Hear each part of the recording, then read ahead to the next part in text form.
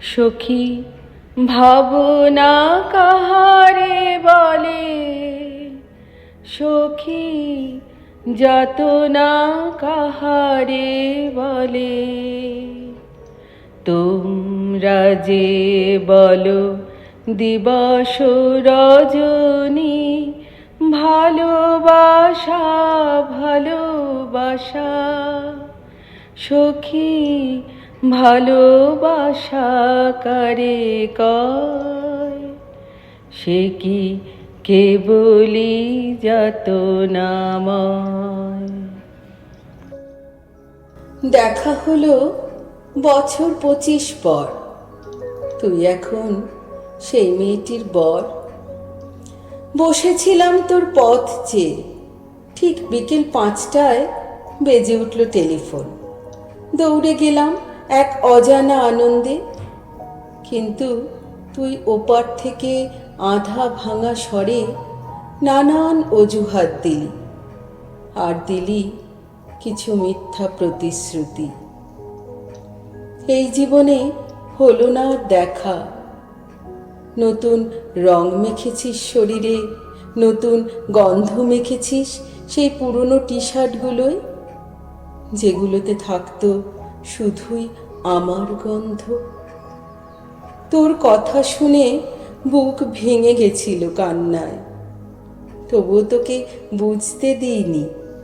হেসে বলেছিলাম, ভালো থাকিস, অপেক্ষা করব পরের জন্মে, তখন আর বাধা দিস না। নাইবা হলো তোর আমার ঘর, পরজন্মে বাঁধব কুঁড়ে ঘর। তখনও কি কাঁদলে বুকে টেনে নিয়ে চোখের জল মুছিয়ে বলবি, ওই পাগলি আমি তো আছি তোর কাছে। জানিস, বড্ড মনে পড়ে সেই পড়ন্ত বিকেলে পার্কের মাঠে তুই আমি হাতে হাত রেখে ঘুরতাম। ফুচকা, আইসক্রিম, ভেলপুরি কিনে দিতিস, দুজনে কাড়াকাড়ি করে খেতাম।